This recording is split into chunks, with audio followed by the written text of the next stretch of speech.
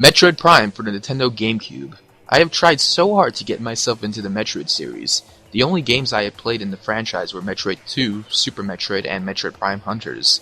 One of these games I love, while the other got me worried on how Prime 1 will play like.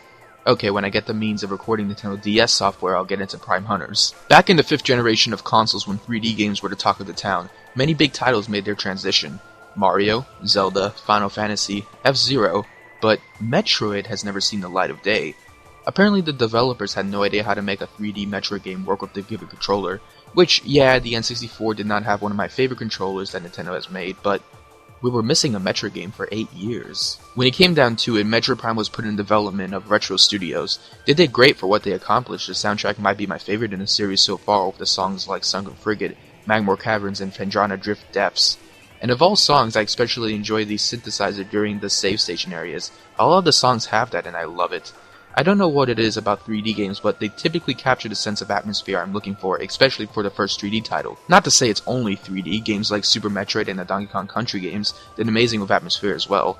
In Metroid Prime, however, I can notice small details when the series shifts itself into first person. I can see Samus's arm when using the X-ray visor. I can see her face reflecting off her lens when there is a spark. The world around me is so alive with different environments and creatures. I did not recall this game back when it came out in 2002.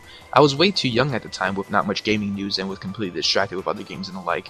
I feel like I was missing out, though this is not the only game that's done this to me.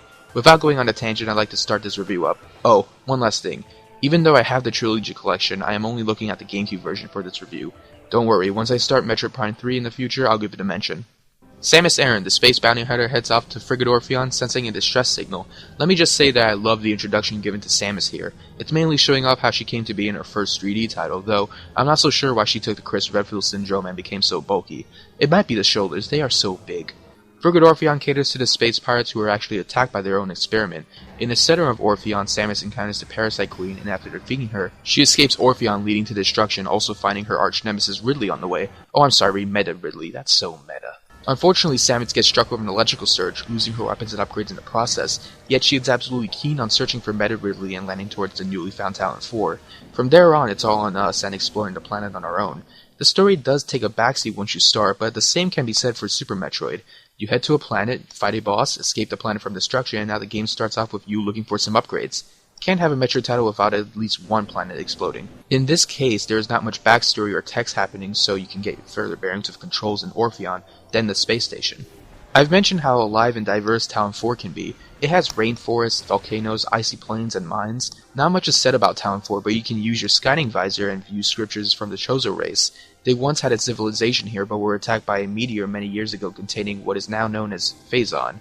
More details can be given depending if you choose to read it. I like how you can decide to learn about the Chozo lore. There is text to be had, sure, it's something that was never needed for Super Metroid, but here it never breaks the immersion, especially when Talon 4 was in the subject. Talon 4 also welcomes remaining space pirates and new enemies also affected by Phazon.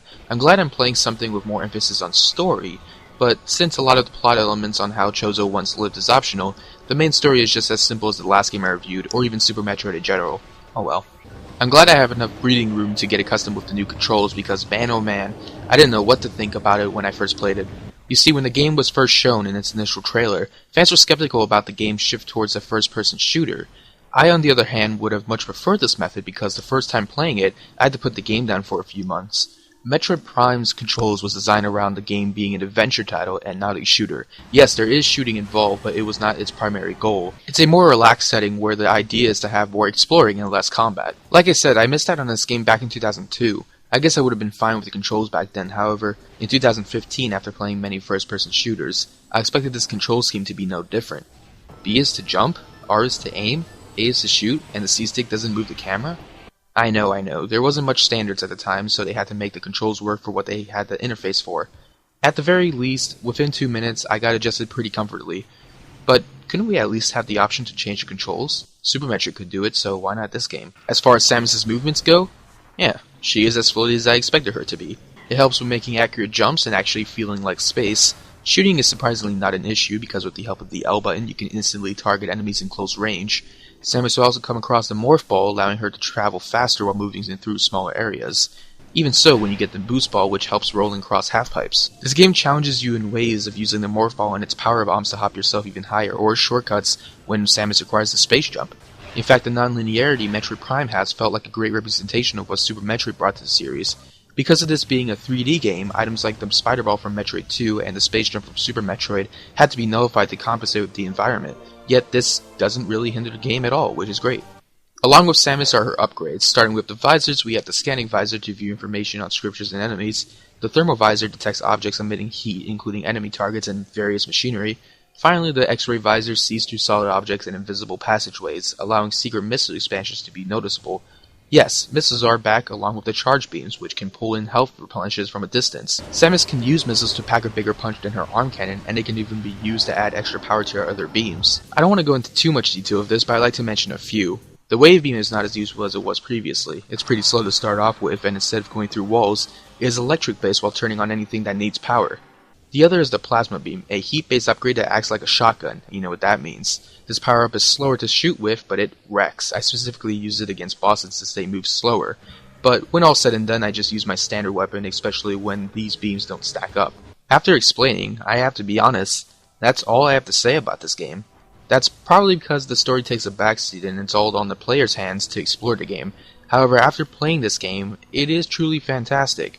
It took what Super Metroid accomplished and shifted it into 3D with in-depth atmosphere.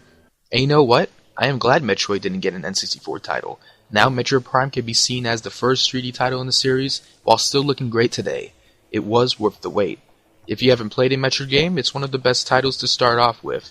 Not sure if it's the best Prime title to start with, but I have to play the sequels to say otherwise. The only problem I had with Metroid Prime is the hunt for the Chozo artifacts. It's a fetch quest in order to gain access to the final area. I see where they're going with this. The game wanted us to fully explore Town 4, but some of these artifacts are a little too cryptic than they should be, and outrunning the Chozo Ghost doesn't help with that either. As far as saying this is my favorite Metroid game, well, I need to play more of it for a better understanding, remove the hint system, and play Super Metroid after it. You know, for comparison's sake. The next time we'll meet, we'll be looking at Nintendo Wii. But we're not just going to be looking at one game, we're going to be looking at a series of games. This particular series is very different from each other, and they're pretty short, so that's what I'll be doing next time.